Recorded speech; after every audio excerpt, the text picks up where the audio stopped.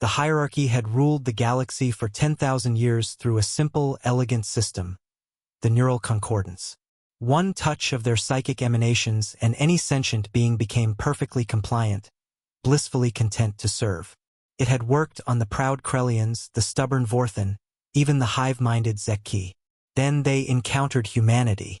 Overseer Prim floated into the detention center, his bulbous cranium pulsing with soft violet light, the visible manifestation of his species' legendary mental powers. Behind him, a dozen lesser hierarchs followed, their own mental emanations creating a symphony of control that had subdued entire civilizations.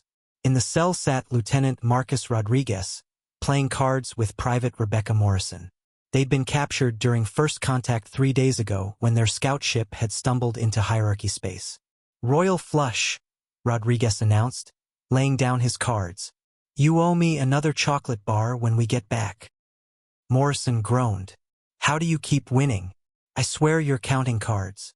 Prim's assistant whispered urgently, "Overseer, they've been conscious for 72 hours. The concordance should have taken hold within seconds." "Increase the intensity," Prim commanded, his violet glow deepening to purple. The humans looked up as the cell filled with psychic energy so dense it became visible, swirling like aurora borealis. On any other species, this level of mental domination would have erased individual thought entirely. Rodriguez squinted. "Hey Morrison, you feeling that weird pressure behind your eyes?" "Yeah, kind of like a sinus headache," she replied, rubbing her temples. "Think they're trying their mind control thing again?" "Probably. Remember what the briefing said. Just think about something else." Morrison nodded and started humming an ancient Earth melody, something called Baby Shark.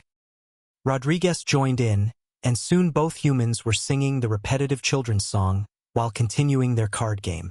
Prim recoiled as if physically struck. The human minds weren't just resistant. They were actively toxic to psychic intrusion. The chaotic storm of their consciousness, random song lyrics mixing with multiplication tables, grocery lists intersecting with movie quotes, 7 different trains of thought running simultaneously, created a mental landscape that was incomprehensible to the ordered hierarchy minds. "Impossible," Prim gasped, purple light flickering erratically. "No species can resist the concordance." His assistant checked the readings. "Overseer, their neural patterns are bizarre. They're simultaneously focused and scattered, logical yet irrational. Their minds seem to operate on multiple contradictory levels at once." Rodriguez looked up from his cards. "Oh hey, are you the boss alien? Cool floating thing you've got going there. Listen, any chance we could get some food? The nutrient paste is appreciated, but humans need variety. Makes us cranky otherwise." Prim tried one more desperate push, channeling every ounce of his psychic might directly at Rodriguez's mind. The human winced.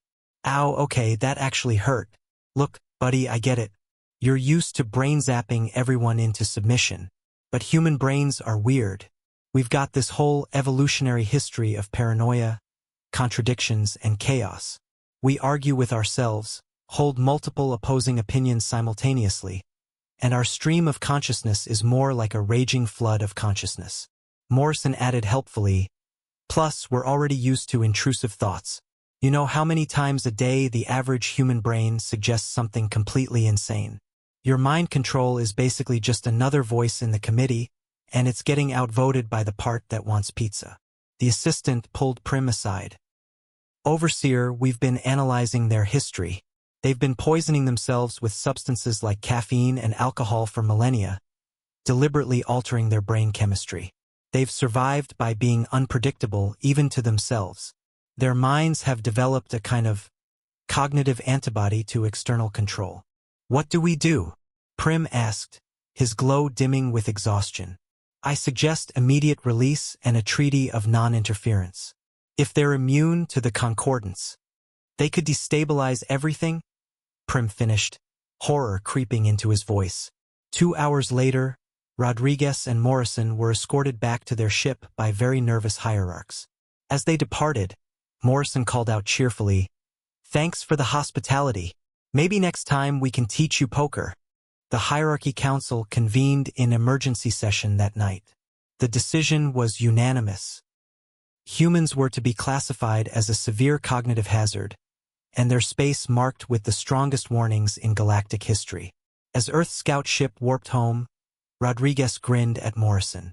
"Think we should tell Command that we spent the whole time mentally rolling the psychic overlords?" Morrison laughed. "Nah, let them think we're naturally immune. Funnier that way." Behind them, the hierarchy's warning beacons activated. "Danger. Humans. Minds too chaotic for concordance. Approach at own risk." The galaxy's 10,000-year reign of mental domination had ended not with rebellion or war, but with two bored humans singing children's songs and thinking about snacks.